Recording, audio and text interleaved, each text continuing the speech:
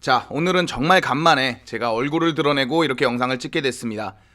기존의 나레이션을 깔면서 이렇게 영상을 만들어 왔었는데 최근에 이 스탠포드 브릿지 이야기가 나오면서 스탠포드 브릿지 이야기만큼은 좀 얼굴을 드러내고 좀 자료를 같이 보면서 이렇게 영상을 설명하는 것도 좋을 것 같아서 이렇게 등장하게 됐습니다. 로만 시대 때 스탠포드 브릿지는 정말 여러 번 개발을 해보려고 노력을 했습니다. 일단 2011년 공청회를 하기도 했고 또 최근에 2017년이나 2018년에 뉴 스탠포드 브릿지라고 해서 이 옆에 나오는 그림처럼 조금 이렇게 약간 콜로세움 같은 이런 고대 건축물 같은 이런 모습을 보여주면서 주변 일대를 좀 개발하려고 했는데 또 실패했거든요. 거기에 로만이 러시아 문제로 좀 퇴출당하다시피 나갔기 때문에 최근에 스탠포드 브릿지는 어떻게 개발될 것인지 그런 자료에 대해서 또 이제 구독자 중에 정리를 잘 해주신 분이 있어서 그 내용을 바탕으로 제가 조사한 내용도 살을 붙이도록 하겠습니다. 자, 일단 옆에 보시면 그림이 좀 간단하게 나오고 있는데 일단 기본적으로 첼시의 방향성을 보면 북쪽으로는 브룸튼 묘지와 브룸튼 공원이 있고요. 또 이제 서쪽으로 보자 그러면 뭐 주택가가 있고 좀 더 가면은 이제 슈퍼마켓 비슷하게 있고 밑에를 보자 그러면 이제 주거 공간과 호텔이 있는데요.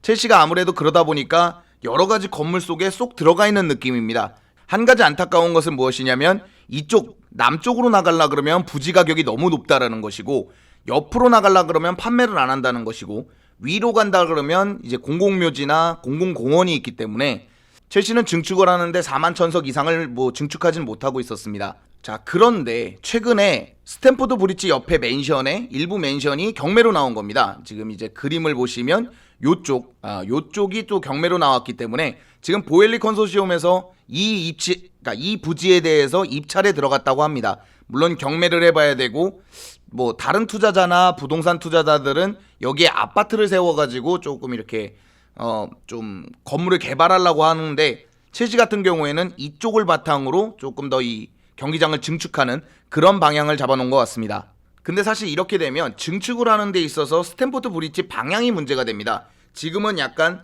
토지가 이렇게 있으면 약간 요런 방식으로 지어져 있다 그러면 이제 부지를 매입하고 요 주변에 뭐 호텔이나 요런 걸 매입을 한 다음에 조금 트는 거죠. 45도에서 90도로 이렇게 틀어서 좀 경기장을 이렇게 늘리는, 왜냐면 이렇게 철도가 지나가기 때문에 이쪽으로 개발이 안 된다면 남서쪽으로 개발하겠다라는 그런 방향을 좀 잡은 것 같습니다. 근데 이렇게 되면은 한 가지 단점이 뭐냐면 경기장을 아예 재건축을 해야 된다는 겁니다. 기존에 있던 경기장을 그대로 뭐 좀 올리거나 좀 넓히는 건 증축이라고 하고요.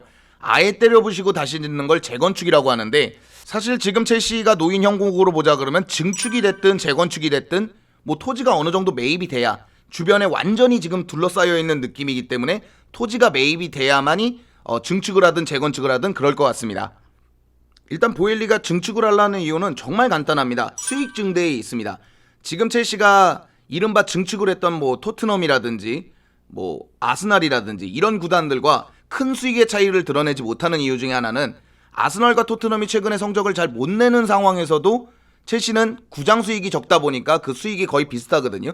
물론 첼시가 수익이 좀 더 많지만 뭐 이전에 정말 많은 차이를 내는, 구장이 거의 동일한 크기였다면 정말 압도적인 수익 차이를 낼 수 있음에도 불구하고 구장이 작다 보니까 수익이 거의 따라붙는 형국이 되고 있거든요. 그런 상황이기 때문에 현재 수익이 7천만 파운드, 연간 7천만 파운드를 올리고 있는데 그걸 2억 파운드로 올리겠다, 이런 계획을 갖고 있습니다. 그렇다 보니까 개발 비용도 정말 많이 들어갑니다. 10억 파운드가 논의되고 있기 때문에 주변 일대가 조금 개발되는, 물론 경기장도 새로 짓겠지만 주변 일대 낙후된 것도 좀 개발되는 그런 형국이 될 것 같습니다. 그래서 이제 건축 책임자, 총책임자가 있어야 되지 않겠습니까? 그거는 이제 다저스 스타디움을 질 때 총책임자였던 자넷 마리 스미스가 고용된 것 같습니다.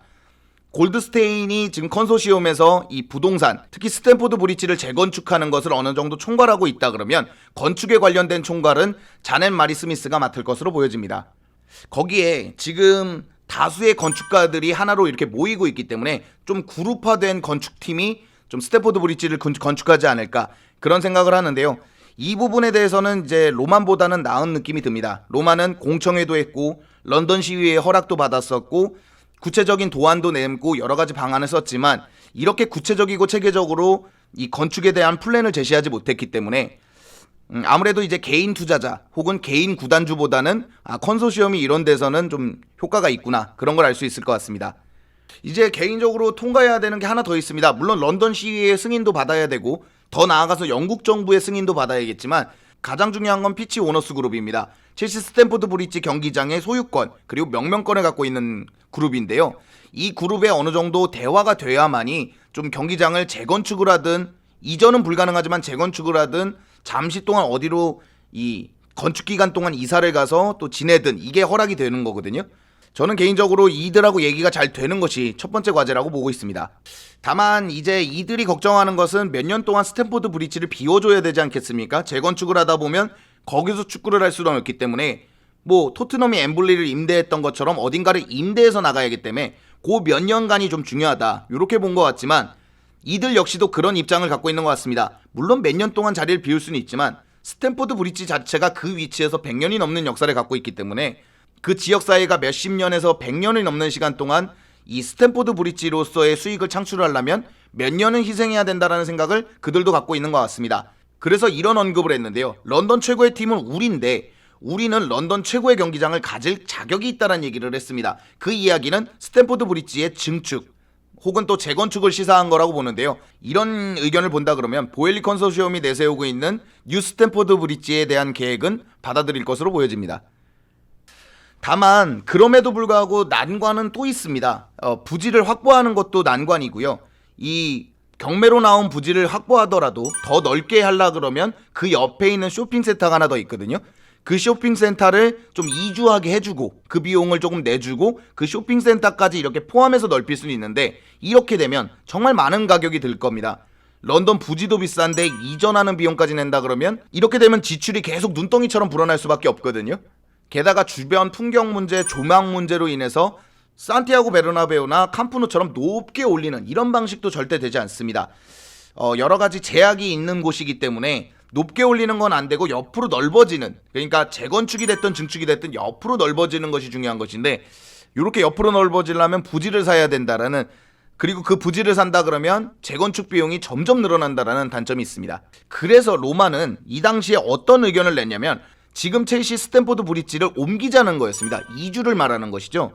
그러니까 그 위치에 없고 다른 데로 가자. 그리고 아예 새로 지어버리자.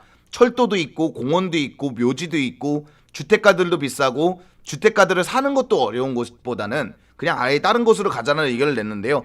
그것은 여러 가지 제약에 막혔기 때문에 이제 보엘리 컨소시엄은 돈이 좀 들더라도 이 위치에서 재건축하는 그런 방향을 잡고 있습니다. 자, 그러면 이 얘기를 들으면 결론은 간단해집니다. 첫 번째 얘기했던 이 맨션 부지, 이 맨션 부지를 만약에 보엘리가 구입하지 못하고 다른 분이 구입을 하고 뭐 다른 투자자나 다른 부동산 이 관계자들이 구입을 해서 만약에 아파트가 됐든 뭐 다시 맨션이 됐든 아니면 뭐 다른 첼시에 관련된 없는 그런 건물이 들어선다 그러면 첼시는 증축하기가 정말 어려워집니다. 첼시가 나아갈 수 있는 방향은 이제 오로지 남쪽을 부지를 다 밀어버리는 것인데, 남쪽 부지 조금을 밀어내면 바로 도로가 나오거든요. 만약에 첼시가 이 부지를 사지 못한다 그러면 보엘리의 재건축이나 뭐 증축 문제도 난항을 겪을 것으로 보여집니다. 자, 아무튼 이렇게 좀 주저리 설명을 해봤는데요. 워낙에 좋은 자료를 카페에 잘 정리해 주셔가지고 개인적으로 정말 감사함을 드리고요. 원래 이런 자료나 이런 것은 제가 또 준비해 오고 또 이제 편집하고 이러는데 이런 자료를 또 잘 정리해 주신 분이 있어가지고 개인적으로 감사하다는 말씀을 드리도록 하겠습니다.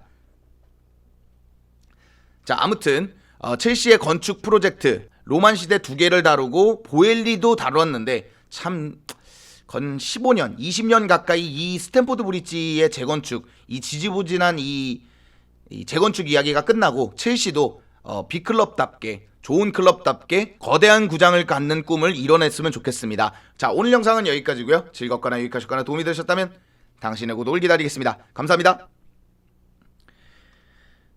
어렵구만.